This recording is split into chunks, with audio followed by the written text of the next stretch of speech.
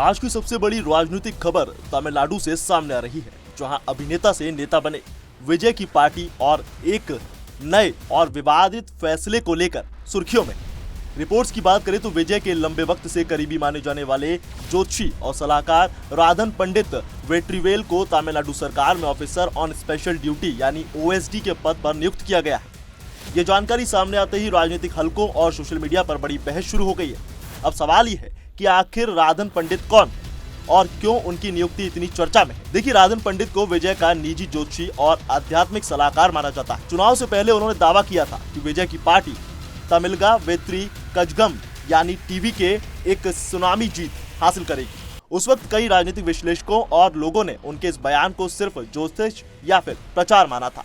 लेकिन जब 2026 में तमिलनाडु विधानसभा चुनावों में नतीजे सामने आए और विजय की पार्टी ने शानदार प्रदर्शन किया तो राधन पंडित के पुराने बयान सोशल मीडिया पर वायरल हो गए।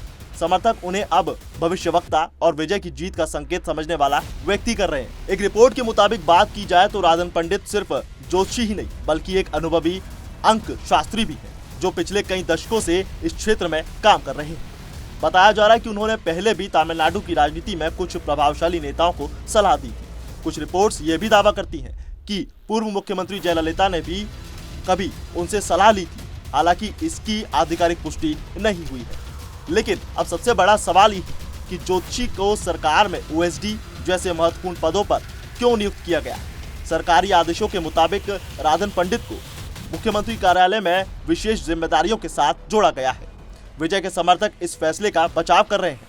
उनका कहना है कि हर नेता ने अपने भरोसेमंद सलाहकार रखे हुए हैं और वो होते हैं, चाहे वो राजनीतिक रणनीतिकार हो, प्रशासनिक अधिकारी हो या निजी विश्वास पात्र। उनके मुताबिक अगर मुख्यमंत्री को किसी पर भरोसा है तो उसे जिम्मेदारी देना गलत नहीं होगा। लेकिन विपक्ष और आलोचक इस फैसले पर सवाल उठा रहे हैं। उनका कहना है कि एक ज्योतिषी के पास प्रशासनिक अनुभव है या नहीं। क्या ये नियुक्ति सरकारी व्यवस्था में योग्यता आधारित प्रणाली पर सवाल नहीं उठाती? और क्या यह आधुनिक प्रशासन में अविश्वास और व्यक्तिगत विश्वास का प्रवेश नहीं है? यह बहस इसलिए भी तेज है क्योंकि तमिलनाडु एक ऐसा राज्य माना जाता है जहां लंबे वक्त तक तर्कवाद और वैज्ञानिक सोच को राजनीतिक संस्कृति का हिस्सा बताया गया है। इसी वजह से ये नियुक्ति सिर्फ एक प्रशासनिक फैसला नहीं बल्कि एक वैचारिक बहस बन चुकी है। दिलचस्प बात यह है कि राधन पंडित पहले भी टीवी पर राजनीतिक और ज्योतिषीय विश्लेषण के लिए दिखाई देते रहे हैं। चुनाव के दौरान उन्होंने विजय की पार्टी के नाम और उनकी राजनीतिक संभावनाओं को लेकर कई भविष्यवाणी की थी। अब जब उनकी बातें सच साबित होती दिख रही हैं तो उनकी लोकप्रियता अचानक बढ़ चुकी है। वहीं दूसरी तरफ विजय की नई सरकार अभी अपने शुरुआती फैसले और योजनाओं पर काम कर रही है।